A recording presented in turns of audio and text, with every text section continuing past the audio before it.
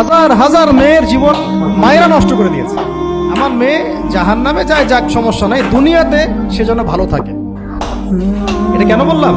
একটা সুদখোরের ঘরে তুলে দিতে সে দ্বিধাবোধ করতেছে না, একটা দুর্নীতিবাজের ঘরে তুলে দিতে দ্বিধাবোধ করতেছে না, একটা ঘুষখোরের ঘরে তুলতে দ্বিধাবোধ করতেছে না, একটা মানে কি বলবো মাদক সেবী, ড্রাগ এডিক্টেড বা এই যে আর কি বলবো ফাসেক জালেম এই ধরনের ঘরে উঠাই দিতেও সে দ্বিধাবোধ করছে না। পাঁচতলা বাড়ি চাই আমার মেয়ে পাঁচতলা বাড়ি থেকে সুখে থাকবে। এই যে সুখের ডেফিনেশন এখানে দিয়েছেন আপনারা। এই জন্য কত হাজার হাজার মেয়ের জীবন নষ্ট করে দিয়েছেন আপনারা। আমার কথা মাইন্ড করে না, হাজার হাজার মেয়ের জীবন মায়েরা নষ্ট করে দিয়েছে শুধুমাত্র মেয়েদের দুনিয়াবি সুখ এর সংজ্ঞাটা বুঝতে ভুল করার কারণে। এর নাম যদি সুখী হইতো তাহলে অমুসলিমরা সুখী না কেন, পশ্চিমারা সুখী না কেন, ওরা আত্মহত্যা করে কেন?